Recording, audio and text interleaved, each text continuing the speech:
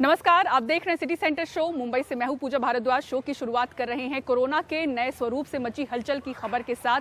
Britain से air India विमान के जरिए भारत के अलग अलग शहरों में पहुंचे 22 यात्री कोरोना पॉजिटिव पाए गए हैं। जो तमाम यात्री हैं वो दिल्ली, अमृतसर, कोलकाता, अहमदाबाद जैसे शहरों के हवाई अड्डों पर पहुंचे थे।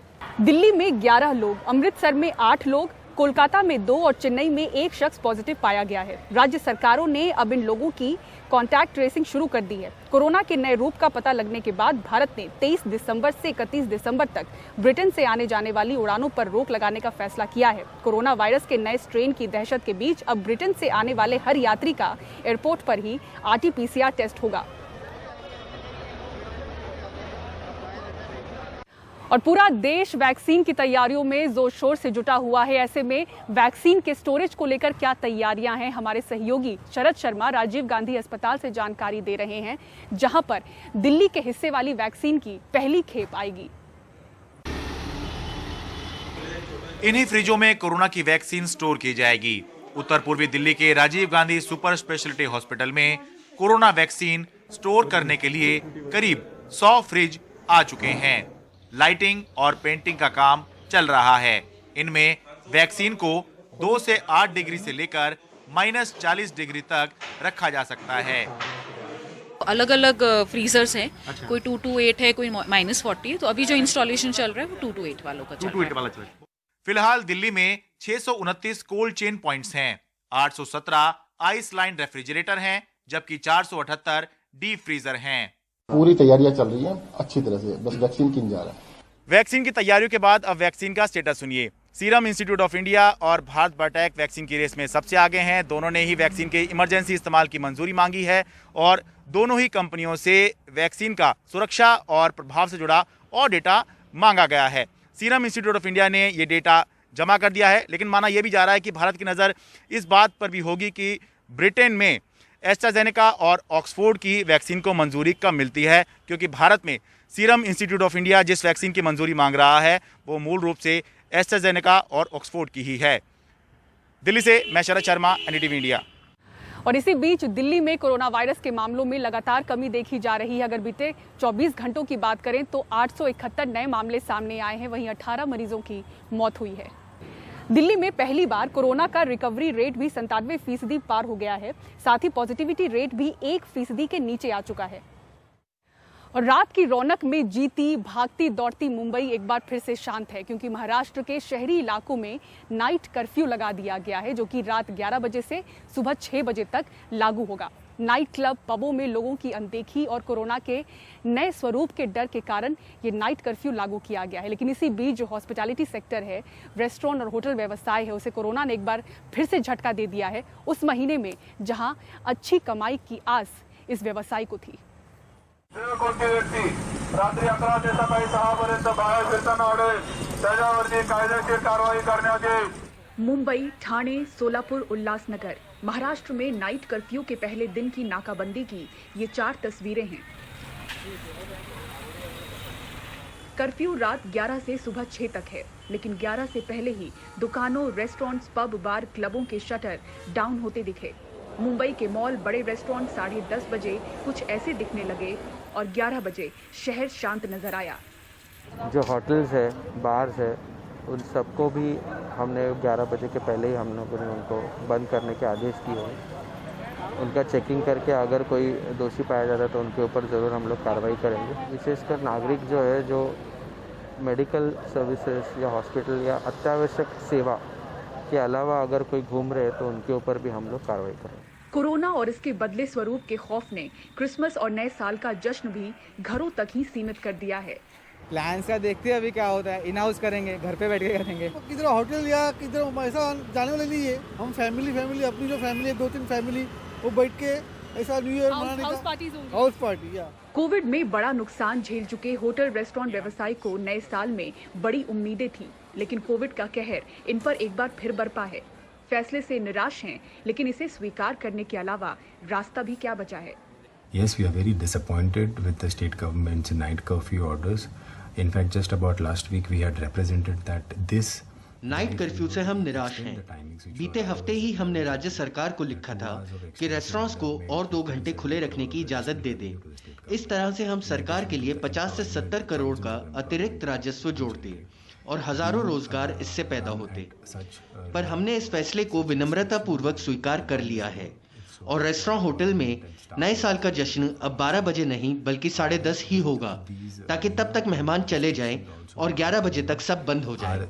Our industry being a very socially aware and always in support of the government, we have accepted this humbly, and we have requested our members to move in the New Year celebration from 12 to 10:30. So 10:30 we'll be ringing in New Year, and everybody will celebrate by 10:30, and guests will leave, and 11 o'clock we'll be all shut. Mumbai की रातें हमेशा गुलजार रहती हैं। बड़े छोटे हर restaurant hotel दिसंबर महीने को कमाई का बड़ा अवसर मानते हैं, लेकिन नियमों की धज्जियां उड़ाती नाइट क्लब, पब, होटल्स की ये हालिया तस्वीरें राज्य में नाइट कर्फ्यू लाने का बड़ा कारण बनी हैं। हालांकि महाराष्ट्र सरकार ने कंटेनमेंट जोन के बाहर वाटर स्पोर्ट्स, इंडोर एंटरटेनमेंट गतिविधियों और टूरिस्ट प्लेसेस को खोलने की अनुमति दे दी है। तो रात के 11:02 हो चुके हैं और मुंबई में नाइट कर्फ्यू का आज पहला दिन है। सड़कें आप देखिए जिस तरह से अमूमन नजर आती हैं रात के समय, उसी तरह से नजर आ रही है, क्योंकि इन गाड़ियों पर आवाजाही पर पाबंदी नहीं है। पाबंदी है एक जगह पर 5 से ज्यादा लोगों के इकट्ठा होने पर, यानी कि नाइट कर्फ्यू है, लॉकडाउन नहीं है। और ये जो आप जगह देख रहे हैं ये एक बस स्टैंड है, यहाँ पर जो लोग इकट्ठा हो रहे हैं, अगर 5 से ज्यादा की भी संख्या है तो पुलिस इन पर सख्ती नहीं दिखा रही है। सख्ती उन रेस्टोरेंट्स और उन नाइट क्लब और पब्स पर दिखाई जा रही है जहाँ पर लगातार सोशल डिस्टेंसिंग की धज्जियां उड़ रही थी। मुंबई में गणेश परब और धनेश के साथ पूजा भारद्वाज, एनडीटीवी इंडिया के लिए। और कोरोना के नए रूप से कर्नाटक भी सतर्क है। यहाँ भी 2 जनवरी तक के लिए नाइट कर्फ्यू लगा दिया गया है। साथ ही साथ उन लोगों की तलाश की गई है विदेश से लौटे यात्रियों की जिन्होंने अपनी RT-PCR रिपोर्ट हवाई अड्डे पर जमा नहीं की थी। रात में कर्फ्यू से इनकार करते रहे कर्नाटक के मुख्यमंत्री BS येडियुरप्पा ने बुधवार को यू टर्न लिया और 1 जनवरी तक रात में 11 बजे से सुबह 5 बजे तक कर्फ्यू का ऐलान कर दिया। In view of the new strain 19 virus and as per the advice of Government of India and Technical Advisory Committee, it is decided to impose night curfew. I request all public to cooperate to prevent and contain new COVID-19 strain. Curfew के अलावा आवाजाही पर किसी किस्म की रोक नहीं होगी। हालांकि अब होटलों में या सड़कों पर नए साल का जश्न नहीं हो पाएगा और इसका असर क्रिसमस पर होने वाले मास पर भी पड़ेगा। अब आधी रात की जगह शाम 7 बजे मास होगा। तलाश उन सभी 2500 यात्रियों की हो रही है जो पिछले तकरीबन 1 महीने के दौरान यूरोप से कर्नाटक आए हैं। पिछले 20-22 दिनों में तकरीबन 2500 लोग यूरोप से यहाँ आए हैं। सबको RT-PCR टेस्ट करवाना होगा। हमने इनमें से उन सभी 138 लोगों को ढूंढकर उनका सैंपल ले लिया है जिन्होंने अपनी टेस्ट रिपोर्ट एयरपोर्ट पे जमा नहीं करवाई थी। हालांकि सरकार ने साफ कर दिया है कि 1 जनवरी से स्कूल खुल जाएंगे और 10वीं और 12वीं की क्लास तयशुदा कार्यक्रम के मुताबिक ही होगी। बेंगलुरु से निहाल खिदवई, एनडीटीवी इंडिया। और कृषि कानूनों के खिलाफ दिल्ली की सरहदों पर जुटे किसानों ने साफ कह दिया है कि उन्हें तीनों कृषि कानूनों के रद्द होने से कम कुछ भी मंजूर नहीं है। उन्होंने कहा है कि सरकार उन्हें बदनाम कर रही है। उनके पास अब तक कोई ठोस प्रस्ताव नहीं आया है और अगर सही प्रस्ताव आता है तो वो बात करने के लिए तैयार हैं। निरर्थक संशोधनों के खारिज प्रस्तावों को दोहराने की बजाय कोई ठोस प्रस्ताव लिखित रूप में भेजें ताकि उसे एजेंडा बनाकर जल्द से जल्द वार्ता के सिलसिले को दोबारा शुरू किया जा सके। दिन भर चली किसान संगठनों की बैठक के बाद किसान नेताओं की ओर से योगेंद्र यादव ने जोर देकर कहा कि सरकार ने कोई ठोस प्रस्ताव नहीं दिया है, वो बस किसानों को बदनाम कर रही है।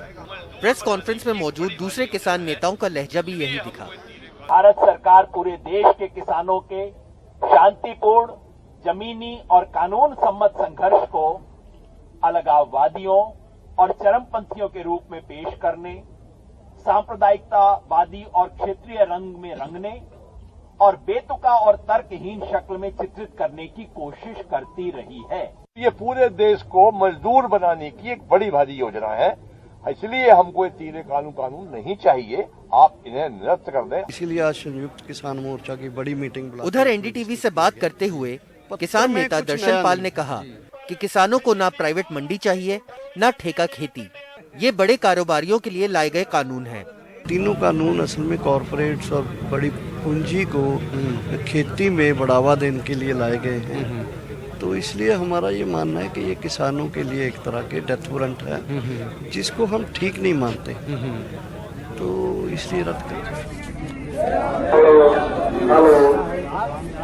सिंघू बॉर्डर का माहौल बता रहा है कि किसान लंबी लड़ाई की तैयारी के साथ आए हैं।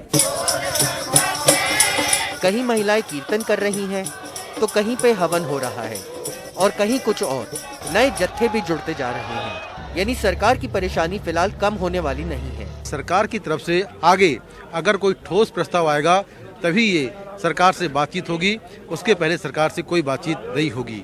सिंघू बॉर्डर से कैमरामैन सुदीश के साथ मैं मुकेश सिंह, एनडीटीवी इंडिया। और सिंघू और टिकरी बॉर्डर की तरह गाजीपुर बॉर्डर पर भी किसानों का आंदोलन मजबूत हो रहा है। यही नहीं, सिंघू बॉर्डर से लगातार किसानों की राहत सामग्री यहां पहुंचाई जा रही है। रविश रंजन शुक्ला की ये ग्राउंड रिपोर्ट देखिए। सभी जगह रोकने का प्रयास किया। लखीमपुर के जसवंत सिंह पुलिस प्रशासन के साथ तमाम जद्दोजहद कर 3 दिन के बाद गाजीपुर बॉर्डर पहुंचकर अपनी आप बीती सुना रहे हैं। हम किसान हैं, हम दिल्ली जाकर ही रहेंगे। गाजीपुर बॉर्डर पर जैसे जैसे धरने के दिन बीत रहे हैं, किसानों की संख्या कम होने के बजाय लगातार बढ़ रही है। 25 तारीख को सैकड़ों ट्रैक्टर ट्रालियां उत्तर प्रदेश से और आ सकती हैं। लिहाजा अब यहां भी सिंधु और टीकरी बॉर्डर की तरह वाटरप्रूफ तंबू लग चुके हैं और पक्की सड़कों पर मजबूत टेंट लगाए जा रहे हैं। तैयारी चल रही है जी। मुरादाबाद से जो किसान आ रहे थे उनको वहां पर पुलिस रोक रही थी, तो इसी नाराजगी के चलते उन्होंने NH9 को दोनों तरफ से बंद कर दिया था, लेकिन आज फिर से प्रशासन के साथ में उनकी बातचीत हुई तो फिर खोल दिया गया है। 400 ट्राली और 2000 हमारे किसान इनको मुरादाबाद जो टोल प्लाजा पे रोक दिया गया और उनके साथ वहाँ पुलिस ने अपना मतलब पूरा जोर दिखाया, उनको रोका, लाठीचार्ज तक किया, उनकी रास्ते में ट्रक लगाया, उनकी गाड़ियाँ रोक दी गई, उनको पूरा परेशान किया गया। कान खोल कर सुन रहे हैं यहाँ पर जो आ रहे, जो गुंडागर्दी कर रहे हैं।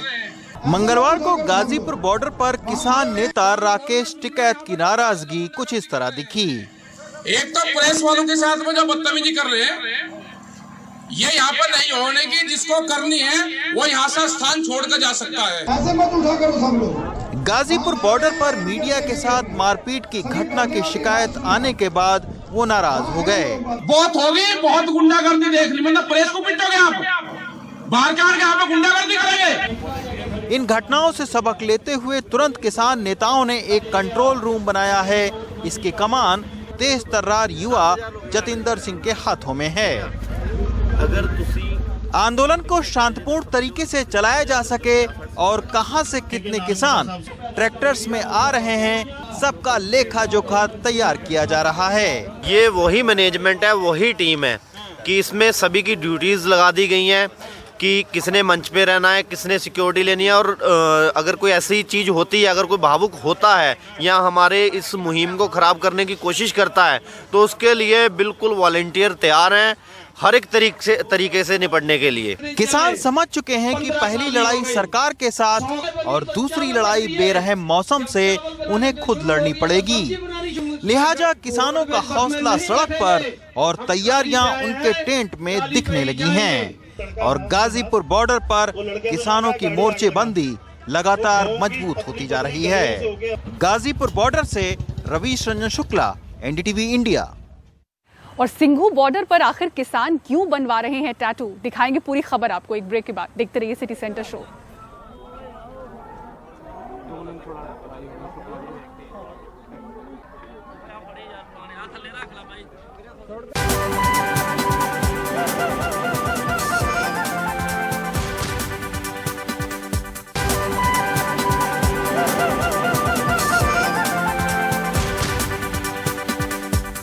वहीं दिल्ली के सिंघू बॉर्डर पर लुधियाना से आए टैटू आर्टिस्ट किसानों के लिए फ्री में टैटू बनवा रहे हैं। यहां टैटू बनवा रहे किसानों ने कहा है कि टैटू हमेशा याद दिलाएगा कि उन्होंने कृषि कानूनों के खिलाफ सरकार से मोर्चा लिया था। सिंघू बॉर्डर दिल्ली हरियाणा का वो बॉर्डर जहां पर हजारों की तादाद में प्रदर्शनकारी बैठे हैं, बहुत सारे किसान हैं, अलग अलग राज्यों से लोग यहां पर आ रहे हैं और यहां कई तरह के लंगर आपने देखे होंगे, लेकिन ये एक खास तरह की सेवा यहां शुरू की गई है और वो है फ्री टैटू की सेवा। यानी यहां से लोग वो यादें लेकर जाएंगे जो उनके साथ हमेशा रहने वाली है। साल 2020 के इस किसान आंदोलन में तो लोग जुड़ रहे हैं, जो टैटू बना रहे हैं उनसे हम बात करने की कोशिश करेंगे। क्या नाम है आपका? मेरा नाम करण है। कहाँ से आप? हम लुधियाना सराबा नगर। तो ये सब आप फ्री में सेवा दे रहे हैं? हाँ जी बिल्कुल फ्री ऑफ कॉस्ट है हमारी सेवा जी। अच्छा, दिन में कितने टैटू बना रहे हैं? हमारे 15 और 20 का टारगेट है, 15 से 20 का। अच्छा, हाँ जी। और एक टैटू में कितना समय जा रहा है? 15 से 20 मिनट। अच्छा, हाँ जी। तो आप बताइए, आप कहाँ से सर? तंतार से। अच्छा, तो आप कब से आए हुए हैं यहाँ पे? 11 तारीख से। ये क्या टैटू बनवा रहे हैं आप? निर्भव निर्वैर। अच्छा, ये गुरबानी के वर्ड्स हैं, निर्भव निर्वैर, जो आप यहाँ पर टैटू करवा रहे हैं। तो यहाँ टैटू करवाने का क्यों फैसला लिया आपने? जी, यादगिरी रहेगी ना। यादगिरी रहेगी कि आप किसान आंदोलन में आए थे। हाँ जी, ठीक है। इसी के साथ साथ बहुत सारे और यहाँ पर विकल्प हैं जिस तरीके से लोग जो हैं वो टैटू करवा सकते हैं, जहाँ पर अनाज है, ट्रॉलीज़ हैं और वहीं ये पंजाबी में लिखा हुआ है किसान मजदूर एकता जिंदाबाद। तो बहुत सारे लोग कुछ इस तरीके के टैटू भी यहाँ से करा के जा रहे हैं। वहीं टैटू के साथ साथ जो सेफ्टी का एक जो कंसर्न रहता है वो भी होता है। मुझे आप बताइए, सेफ्टी किस तरीके से आप ध्यान रख रहे हैं कि क्योंकि यहाँ स्किन ब्लड की बात हो रही है, तो आप किस तरीके से? एकदम न्यू सेटअप लगेगा। जब भी एक उसमें पूरा होएगा ना, साथ में दूसरा setup, new gloves, new table wash और न्यू इंक, न्यू नीडल्स, सब कुछ न्यू लगेगा। अच्छा, हाँ जी। तो ये केवल एक ही इंसान है जो यहाँ पर टैटू बनवा रहे हैं या बना रहे हैं, वहीं इसके अलावा एक और टीम भी है। तो एक तरह से एक फ्री सेवा यहाँ पर शुरू की गई है जो बहुत सारे लोग आंदोलन में जुड़े हुए हैं उनके लिए, ताकि वो यहाँ से कैसी याद लेकर जाए जो उनके साथ सदा के लिए रहे। कैमरा पर्सन सुशील राठी के साथ अरुण सिंह, NDTV इंडिया। और इसी के साथ सिटी सेंटर की पूरी टीम को दीजिए इजाजत। खबरों के लिए देखते रहें NDTV इंडिया। नमस्कार।